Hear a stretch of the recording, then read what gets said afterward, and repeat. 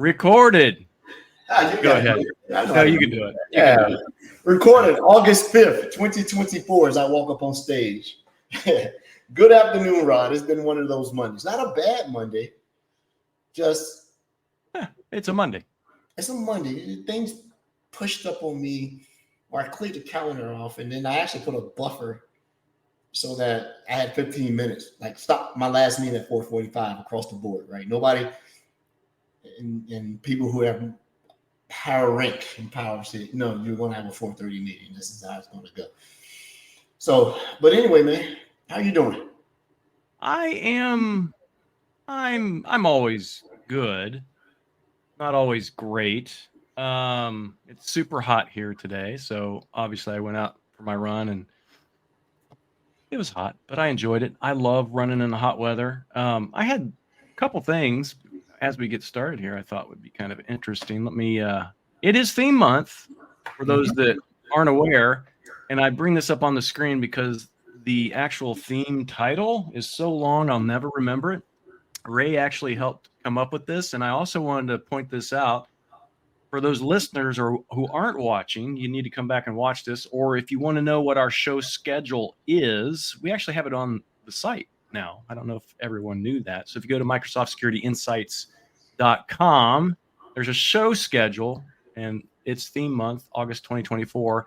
The title is From Passion to Profession, Cyber Journeys of Determination, or Unique Paths to Cybersecurity. I think Ray came up with that, and I really appreciate that title because I would have never. I would have just it's a theme. She was conveying a thought. I mean, this theme came from having some of our guests who sort of communicated their not so cookie cutter path into cyber that a lot of people take, and we wanted to highlight for those who wanted to get in, because we always say it's hard to get into this particular profession in information technology, but at the same time you hear that there's a huge shortage of talent in this, and we want to hear some unique stories about individuals who decided to make the change. Because one of her cybersecurity master's program professor started off as finance, right, and ended up being a college professor, dean of the school that he teaches a master program in cyber, and did not start off in that necessarily, admitted to being a technology geek, but chose a different profession. So we wanted to make this a theme month where someone says, hey, I keep trying to get in, I can't get in, or I tried that path, I took a different path, or I started here and now I'm finally in the place I think I belong. So that will be a commonality in the guests that we have to talk about, what they do and how did they end up currently in what their profession is, and give us some unique insights on they took to do that. And we just want to hear some stories.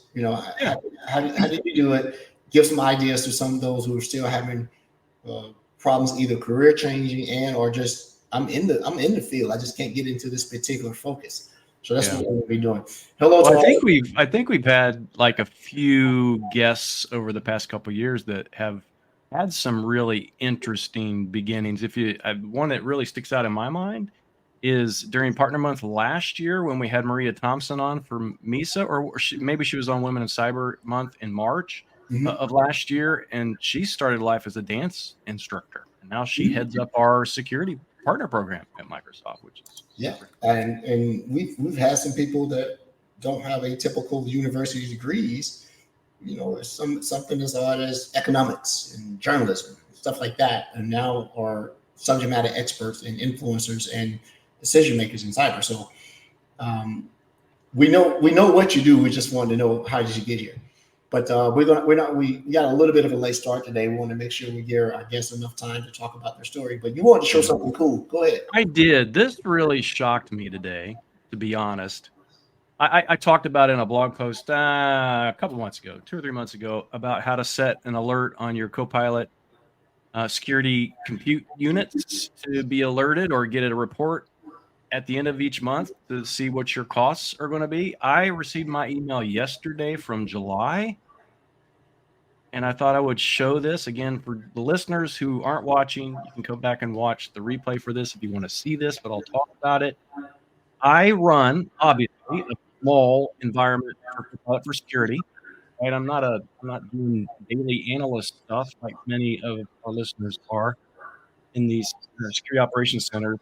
But I run a small one just to figure it out, to write about it, to dig in, figure out what the nuances are and things like that for security. So it's a small environment. I run a SCU, but I do run the recommended 24/7. So one SCU, I run it 24/7, which normally when you look at the cost or the pricing, it's going to be like what, $4 per hour, whatever for that month. And normally costs are like right around $1,200 for one SCU, right? I don't know how I've done it. I don't have anything to show. I haven't done my work yet, but I plan on doing it to figure it out. But in July, my costs were $310.32 for my one SCU. Again, and I use it every day. I use the crap out of it. And I'm always exceeding the limits and getting the nasty messages saying you probably need to deploy a new SCU before you continue and stuff like that. So $310.32. Now, to our listeners, we're an investigator. We know what the market, what is advertised as the SCU running at 24/7 cost per month. That's listed on the site. So Rod and I have a little bit of investigative work to do, right? Because I'm getting ready to put it in my lab, and when I say my lab, my personal lab, right? I'm going to pay for this because the Microsoft lab is so convoluted, so many people are in it, right? But the crazy part about it, the Microsoft lab, I looked at it today, Rod, it had 100 SCUs in it. 100. That makes me jealous. Yeah, so we'll see. Because they have it doesn't mean I can use it. I don't know what my rights are, right? But in your case, I have a theory of why yours is. So people just like me. That might be it. Yeah, Trevor, just two of us today, man. And Paul, thanks for coming on. You said co-pilot, play just the two of us. We can make it if you want. Anyway, Bill Withers. We might have to end on that song. Yeah, that song. So I have a theory about that. We'll make sure that we talk about it on the show. But what I like to see is your overall spin. And I think it's the way your lab's configured with the amount of content. Now, if I run it in mine's just pretty intensive. Because I literally have 150 people and laptops in the wild. And I'm wondering if the amount of information it has a reason over. That's the reason. Well, here you go. You've kicked the hornet's nest. Oh, yeah. Let's see.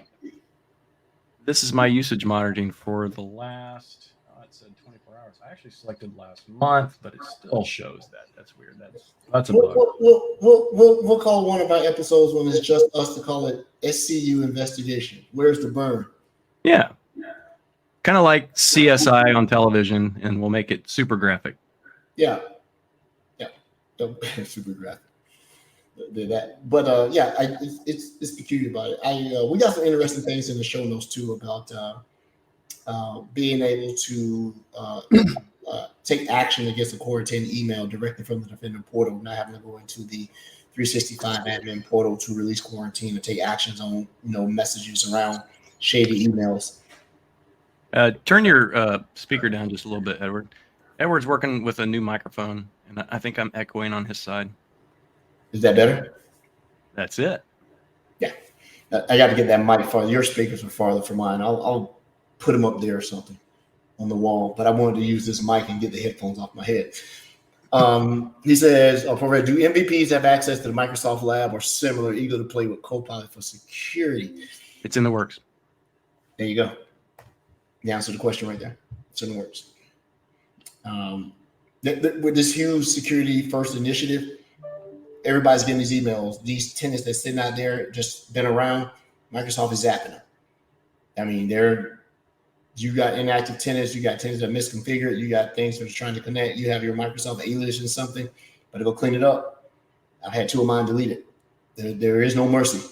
It will be gone doing that. So, but hey, I didn't do anything super crazy. I'm back doing some Sentinel stuff.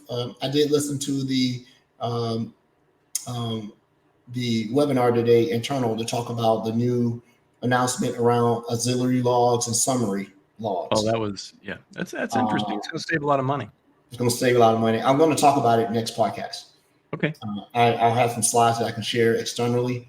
So to, I guess, they want to look at it, we'll have something. It is interesting, and I'm going to introduce both of those into my lab. But I want to set up my Fortinet firewall and my Palo Alto first, because there's some very specific way you set it up. It goes back to what I talked to you offline, Ron. Remember that I gave you that scenario and you made that diagram. Say, hey, I got an idea.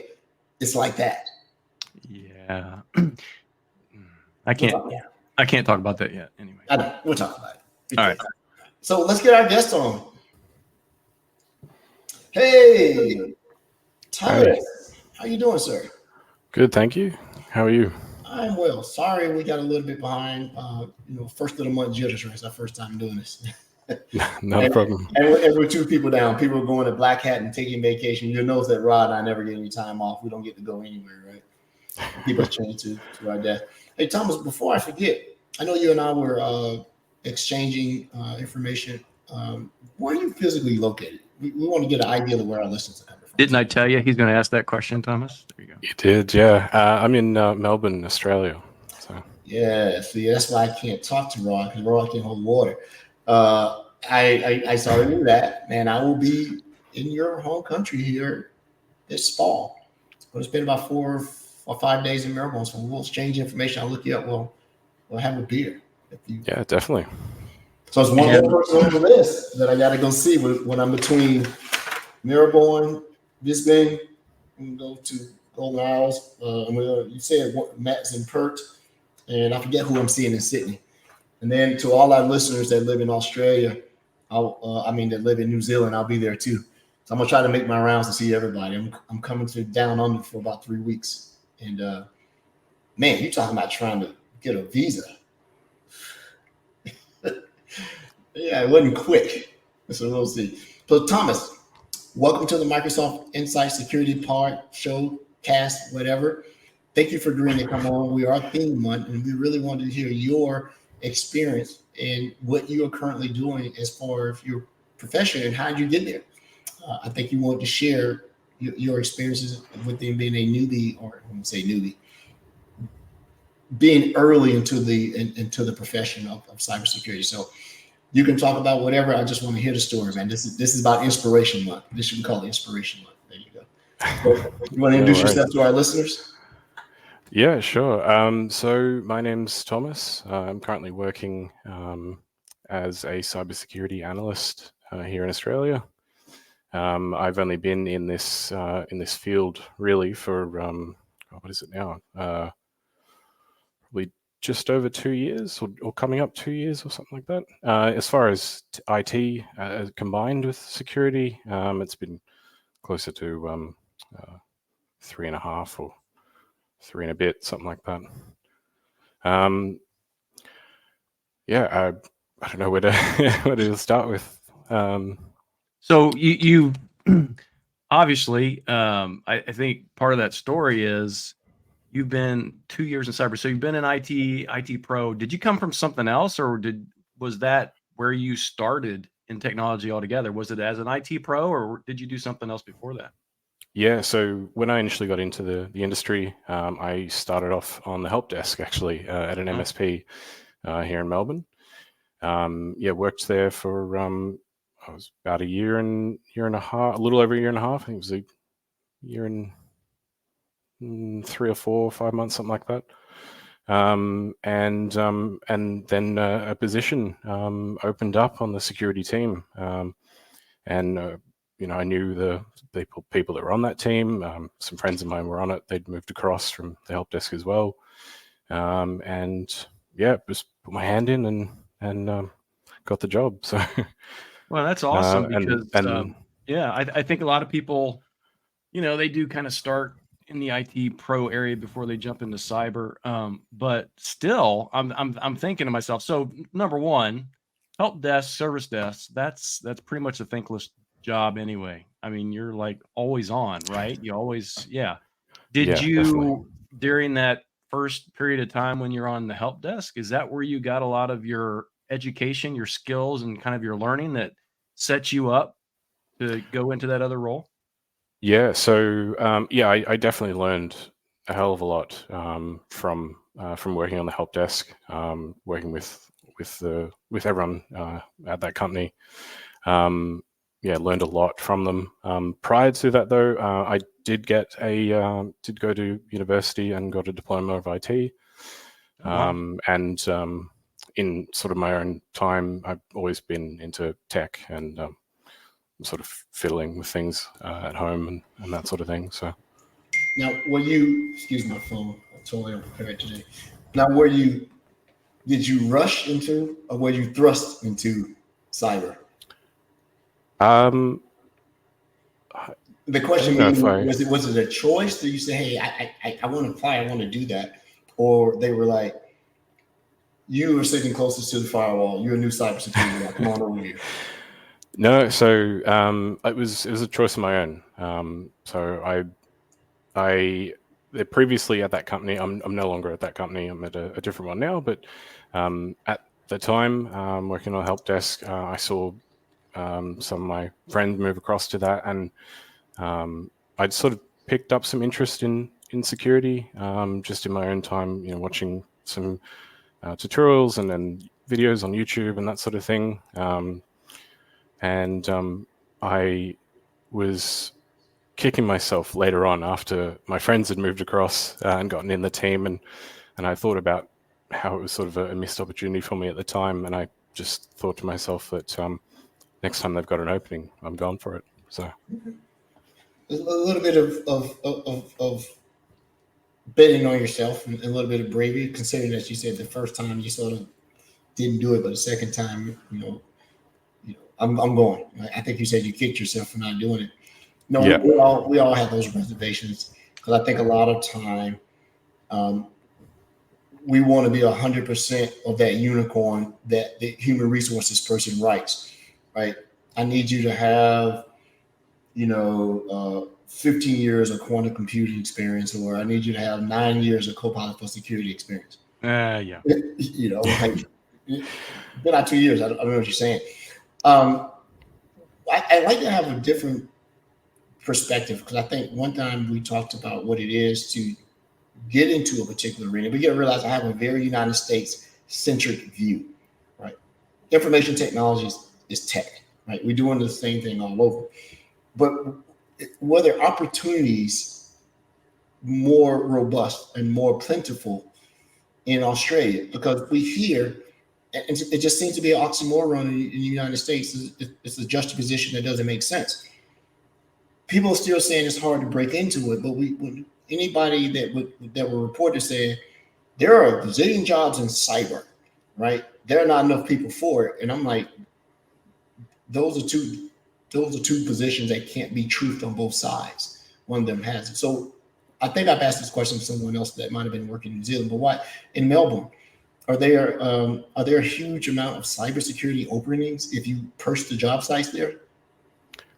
yeah. I mean, I believe there is. When I was looking, there definitely was quite a few around. I think some of it comes down to maybe some misconceptions on what they should be looking for the role, as far as the level of experience and that kind of thing. Maybe some might need to be a little bit more willing to take a chance on someone with a little bit less and that sort of thing. But yeah, there's a lot around, I think. Yeah. And you said you're in cyber. That's like saying, I like cereal.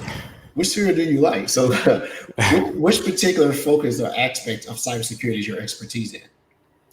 So I would say that my expertise is more around the sort of blue team side of things. So currently, as I said, I work as a security analyst in a security operations center, and so yeah, it's more on the blue team side of things, managing alerts, investigating them, that sort of thing.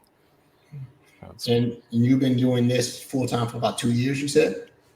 So this particular role, I've been doing this since it's at the end of April. So a few months in this particular role. Yep. Prior to that, I worked at the previous company I worked at as more of a security engineer, sort of security sysadmin almost. Yeah.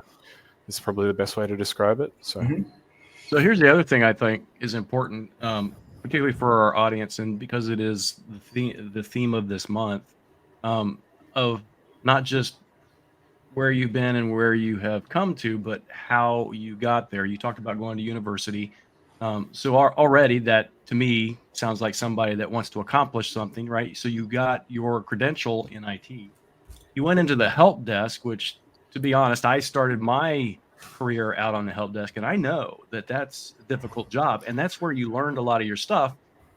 I get a sense that you're also a hard worker, because try to be. a couple things, you have moved very quickly. So what is your cadence? What do you do? How do you stay on top of things? How do you learn? Are you just that great?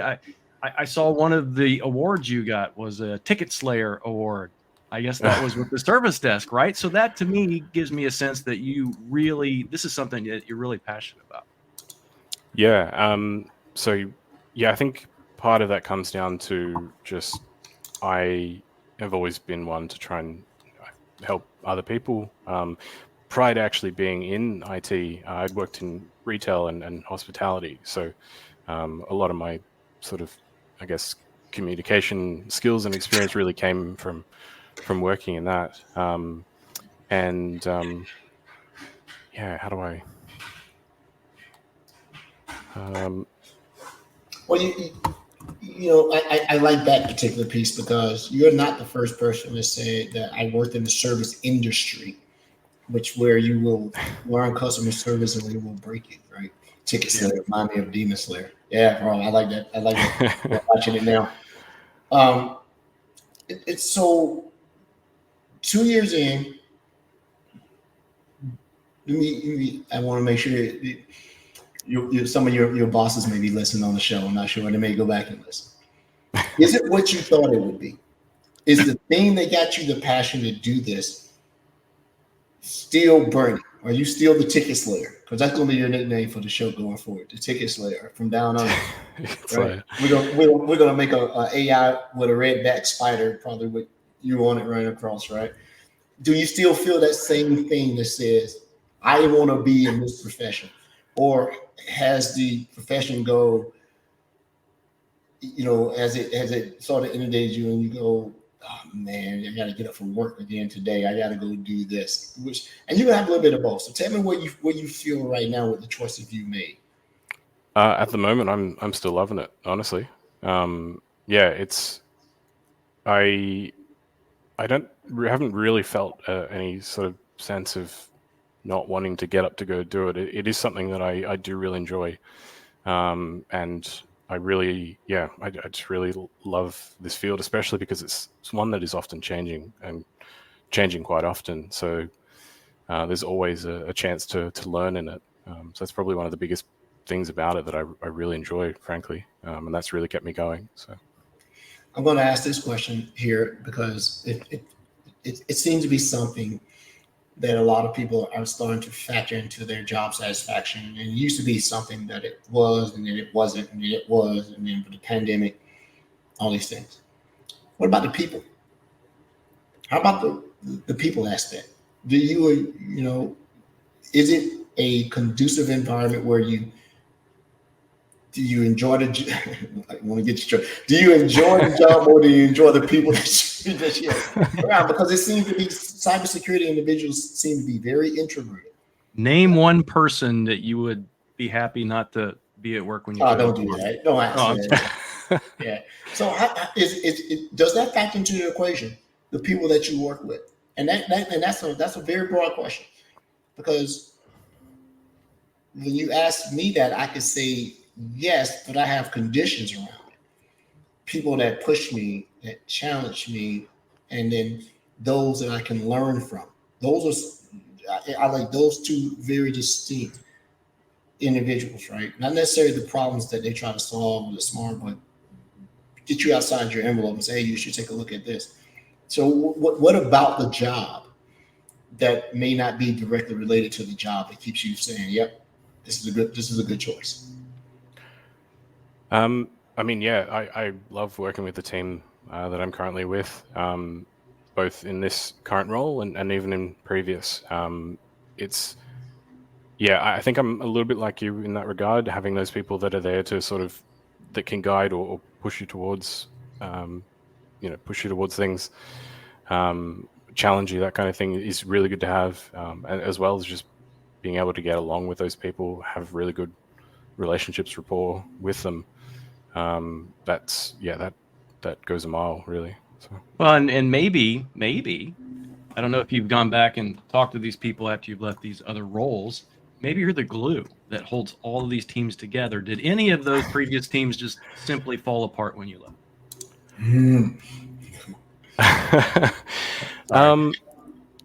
No, that's all right.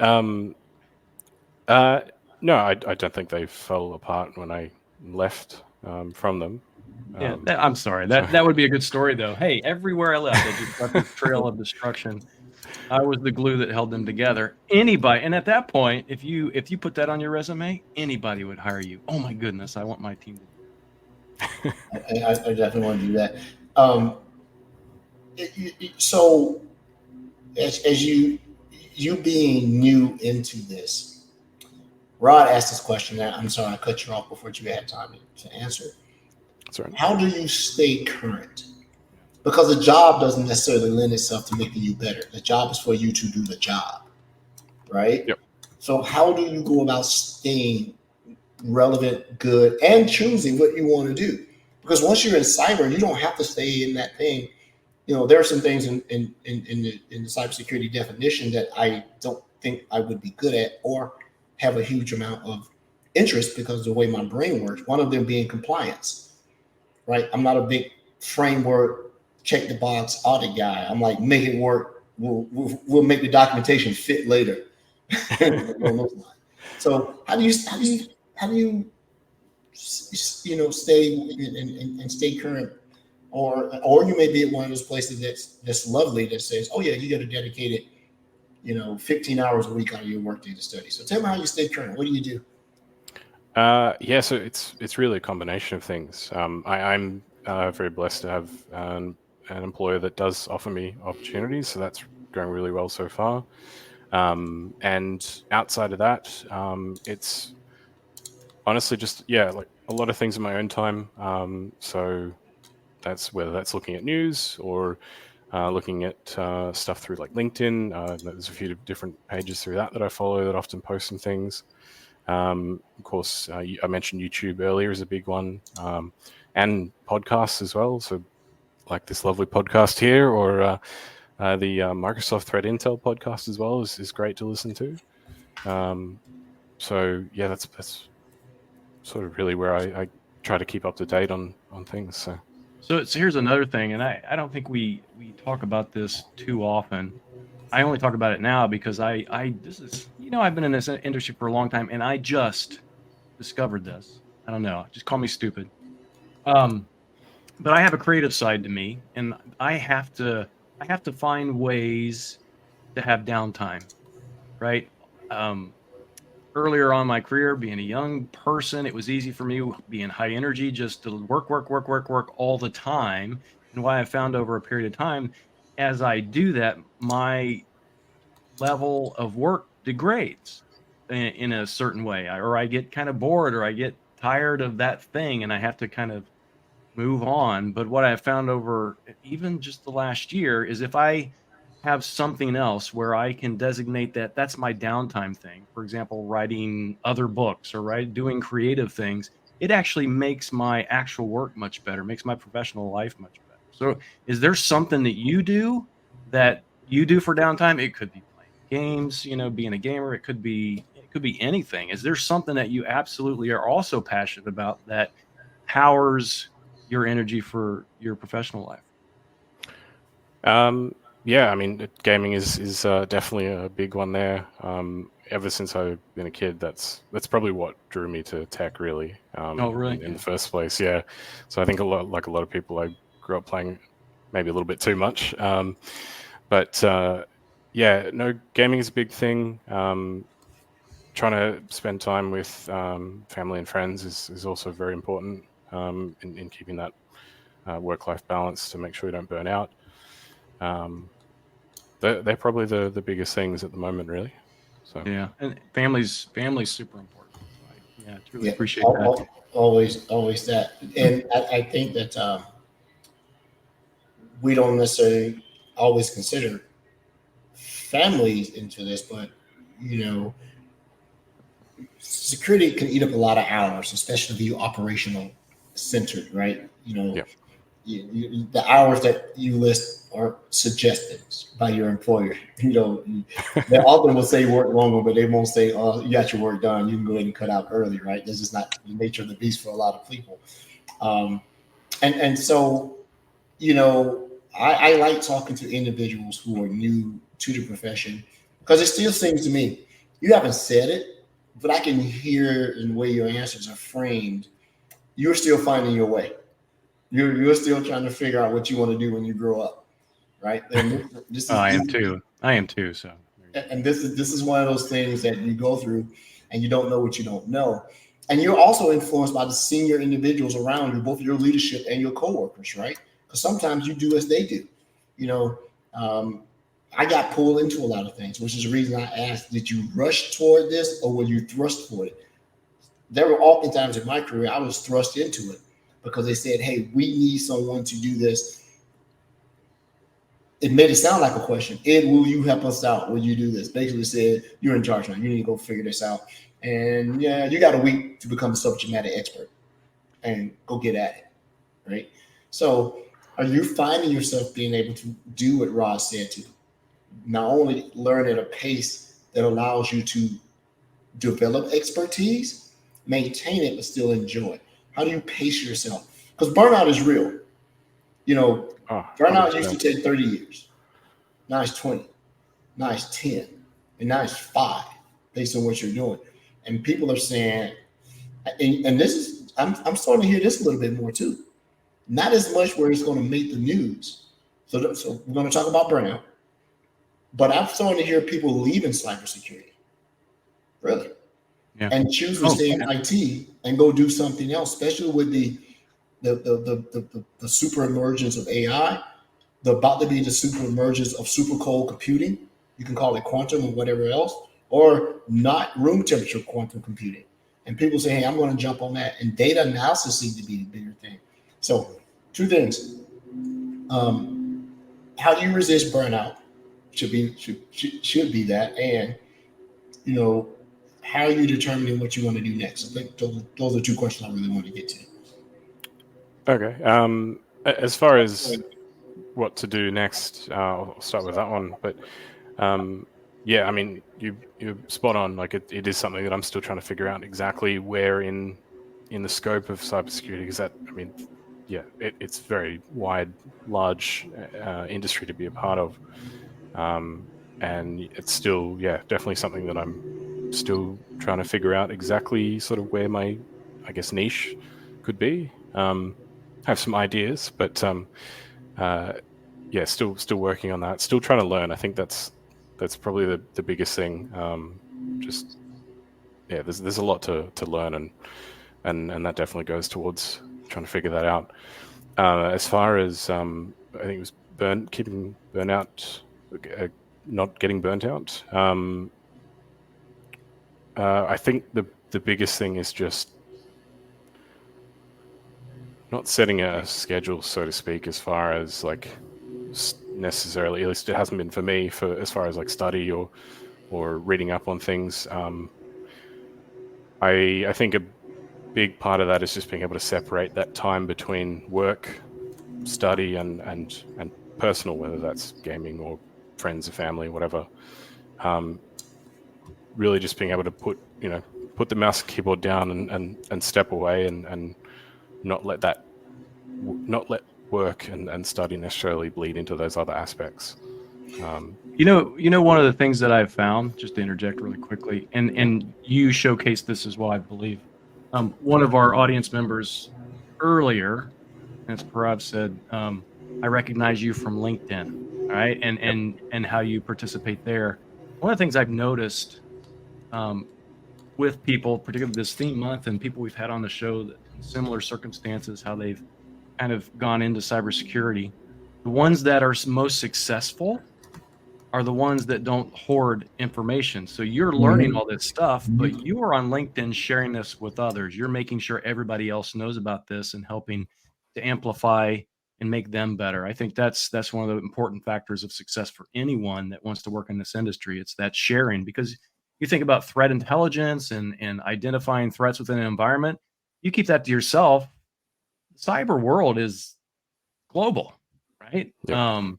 And without that sharing of knowledge, we don't have threat intelligence, which I think is so super important. But what do you do? What's your, from a sharing perspective? You know, you mentioned LinkedIn. Is that where you kind of put your focus, or do you participate in other places to share that information? I mean, most of the time on LinkedIn, it's reacting to posts or maybe reposting some things. But Yeah. I think most of the time my sort of sharing of info is usually with friends and people that I work with, really. So whether that's like news articles or maybe an interesting podcast episode or something on certain topics. Yeah, really, I think because I'm usually pretty camera shy, honestly. So I don't think getting onto posting tutorials myself would be something I'd get into. But just working with my colleagues and really sort of trying to help each other learn and that sort of thing's probably my bigger area there. Well, I think you'll find, and again, you're kind of trying to figure out your way here. I think you'll find as you continue this maturity, you continue to mature in this role and get this experience. I think I'm positive almost that people around you, those your friends and colleagues, will probably start asking you to do things like that, maybe blogs and things like that. I have a sense. I mean, blogging is something I've thought about, but I think it's just come back to that sense of imposter syndrome, so to speak. Right. Whether it's something that I can really talk about or have the experience or whatever with, and I think a lot of people probably experience that as well. But yeah, that's probably the biggest thing, really. So Just putting yourself out there, I guess, it's difficult sometimes, right? Yeah. Do you find yourself as, I wouldn't say a novice or a neophyte in this industry? Have you started to find yourself becoming a mentor of a sort? Because no matter how junior you are, there's someone junior to you, right? No matter how senior you are, there's someone more senior than you, right? Whether in time and or knowledge, or a combination of both. Have you found yourself? And I do believe that there is a mark of success that comes when people will trust you enough to either follow you. So indirect mentorship is, hey, I'm going to give this out. I'm sure people reach out to you for more detail, more advice. They do it to us on Discord and all of our stuff. Are you finding yourself becoming that more attached mentor, even at this early age in your career? And mentorship doesn't necessarily correlate with age. You could definitely mentor career changers who may have who have professional careers of 30, 40 years and say, hey, I'm new to this. Can you help me? Are you seeing that now inside of this? Yeah, I mean, I've definitely had some cases where it's something that have a little bit more experience or a bit more versed with, and people definitely have come to me to talk about it or to get my thoughts or something on it. Not too often, but I have noticed a few times. So yeah, and it's always humbling to do that because I never think that they would come to me to ask me, but sometimes they have. So let's ask a little bit about your day to day. we know what you do. You told us what you do. You're sort of an analyst. So let's talk about some of the world happenings, how they affected you and your job. We all know about 2 weeks ago that there was a global outage affecting a major security vendor and a major OS vendor. Did that impact you and how you went about your business for those those 7 days when the world, what was the sci-fi Morrison Wells, the day the world stood still? Essentially, that's what happened. How did that affect you? I was pretty lucky. I myself directly didn't really have too much trouble with it. Some initial troubles on my shift that day, but that sort of blew over not too long after starting, which was really good. But yeah, I didn't have too much with that directly. So I was pretty lucky in that regard, honestly. Yeah. I saw today that unnamed security vendor is wanting to blame the client at this point. So I thought every day there's like a new story. I'm going to blame the client for Yep. Oh, I think the strong word. We don't want to make this about that. Eventually, we'll talk about that without having a side. We'll just state the facts and then and think like leadership about this right here, because the opportunity is bigger than what happened. If you someone else at another company, you got to learn on somebody else's dime right now. Now, whether you take advantage of that, it's up to you. Because there is I need to find a softer word than fault, but I'll use fault for right now. There's fault on both sides, right? There's fault for, we'll talk about it on a different show. But I just wanted to know how that affected you in your current position. Is your team a small team or a big team? That's another thing we need to start asking people where they work. That makes a big difference. Some people thrive in a smaller environment, very niche, very personal, high scale, small, and some people like, hey, I want to work for the biggest company I can because I want to have big ideas. So, how's your team? Small? Yeah, I mean, my team feels pretty small, but there are quite a few people. So, yeah. You say it seems small, but it's quite a few people. Yeah, just the way that it's structured. So, yeah, it's overall it is. There are, I can't remember how many people off the top of my head exactly, but yeah, as far as like the people I mainly work with directly, it's only a handful of people, but overall, yeah, it's a little bit larger. So with that, you only have one head that I can see on here. Are you finding yourself in cyber, you don't have to wear as many hats, or you have to wear more hats? In my current role, I would say that I don't have to wear too many hats, which is good. So, yeah, it's good to. I've really enjoyed it so far, and the current position, and yeah, it's more focused on this work. So yeah, and excuse me for not knowing, because I don't know if your LinkedIn profile distinctly identifies who you work for. Are you a consumer of technology? Or are you a provider of technology at the current company you're in?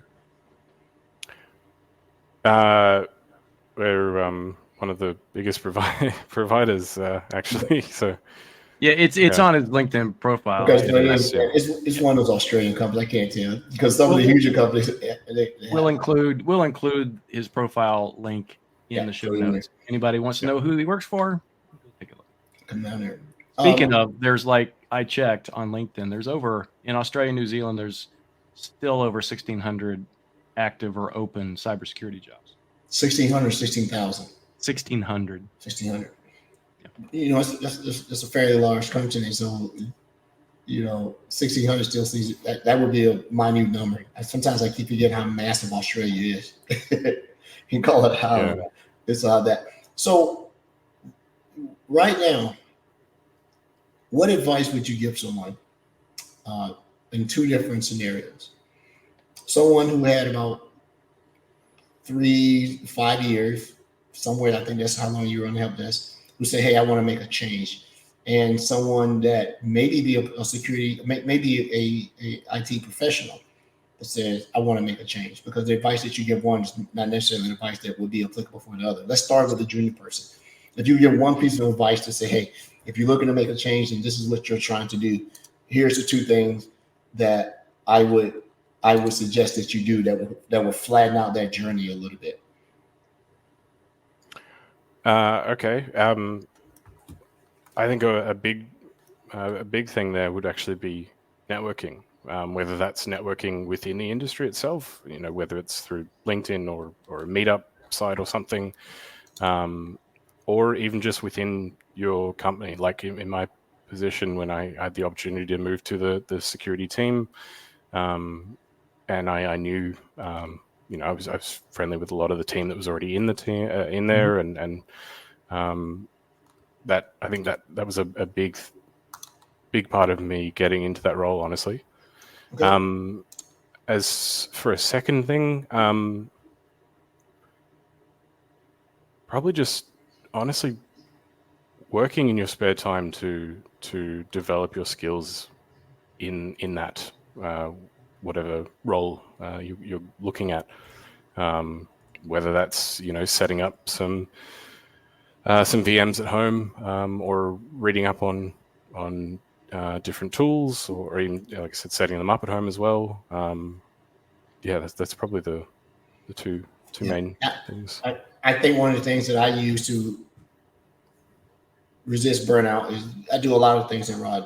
I like to think that I have a creative piece of me that when that has an opportunity to manifest, it helps lighten down the day-to-day things of being that. But I also find peace in doing technology that would be junior to me, things I did in the past. I still find satisfaction going downstairs and mucking around with firewalls and routers and still doing servers, because it sort of grounds me to say these were the fundamental skills that are still relevant, no matter how much flash there is out there. AI is still running on servers. It's not running on neural networks made of organic biological jellies floating on something. It could be all fancy as you want. It's still running on servers. The only thing that's changed in the last 30 years is compute density, right? And efficiency. Right? Nobody still solved the heat problem yet, right? We've done that. So I like still relaxing about getting away from technology altogether and doing technology to make me like the job that I do. So when someone asked me to help out with something, hey, I'm trying to do this I had to help somebody recover a domain controller the other day. It sort of brought that nostalgia, like, oh, I've done this in a while. Let me exercise that muscle again. And I still had to go beam something because I forgot how to do a PowerShell command to be able to bring something up. So be able to do it. So, why you're in Australia and you're working there, and that has a huge interest to me. Maybe I'll do one of those Anthony Bourdain shows, like when you go around the world eating. We'll do the podcast and go to different countries and say, how does it feel to work here? And I'm going to ask that question again, you there, because if I get there and I actually can come, I'm going to come by your place of work and like, hey, I know Matt. I know Thomas Marsh. He told me to come over. He's going to give me a tour, and I'm going to stop by everybody's place, right? I would go country to country and just, I'd want to reboot a server in every country. There you go. I want to reboot a server in every country.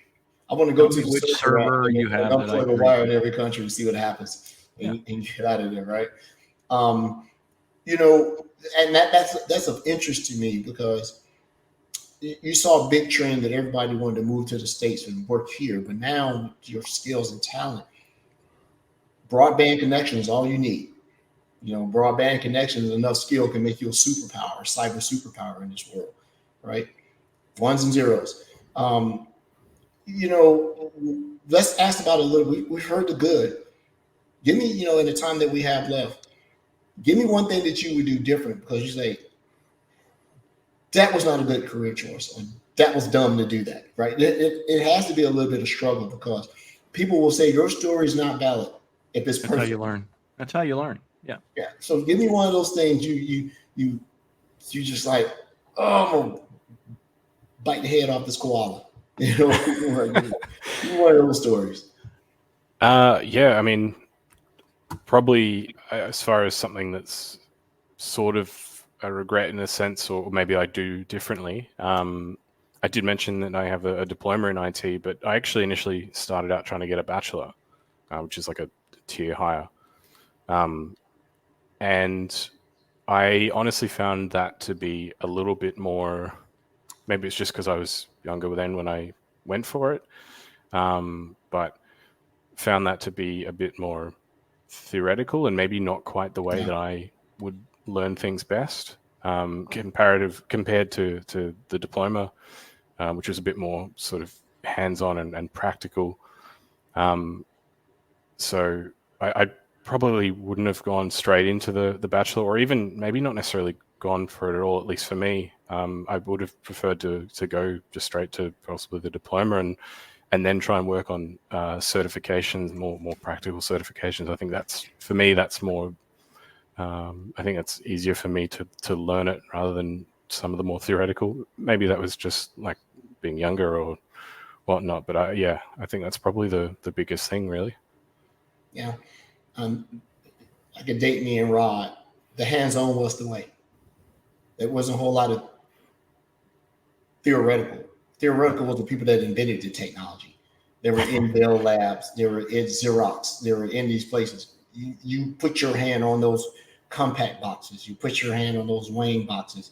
You did these things, right? And I think that there was a sweet spot where the tech was affordable, that everybody had a lab. And then it sort of went away with the cloud.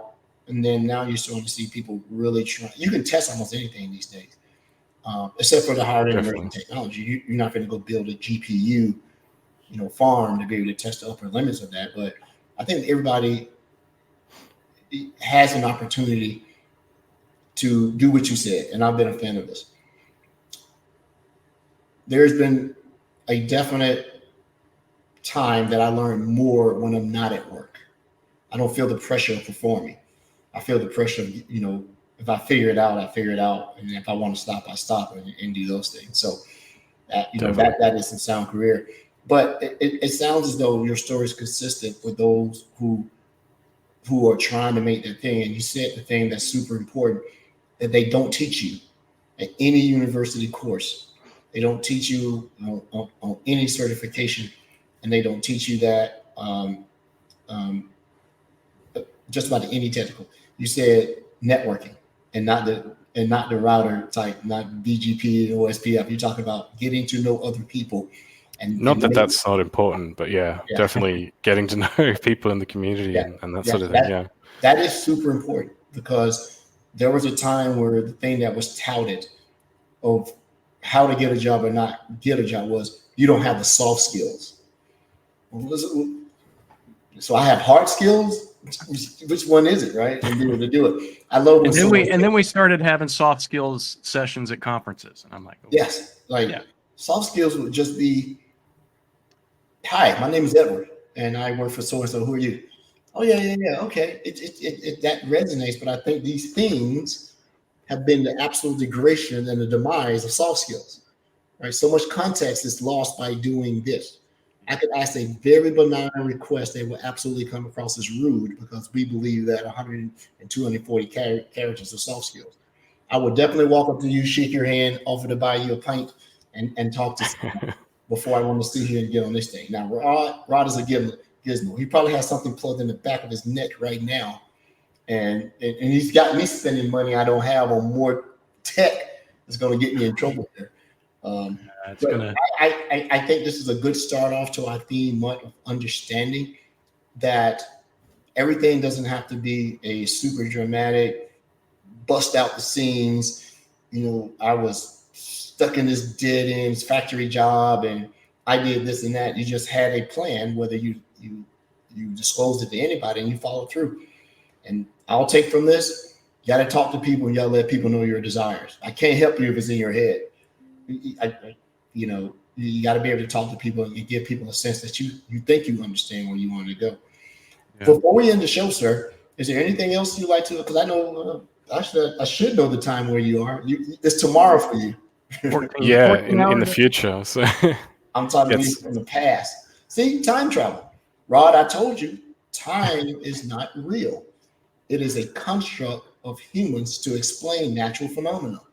I'm talking to this gentleman from the past. I'm actually asleep right now.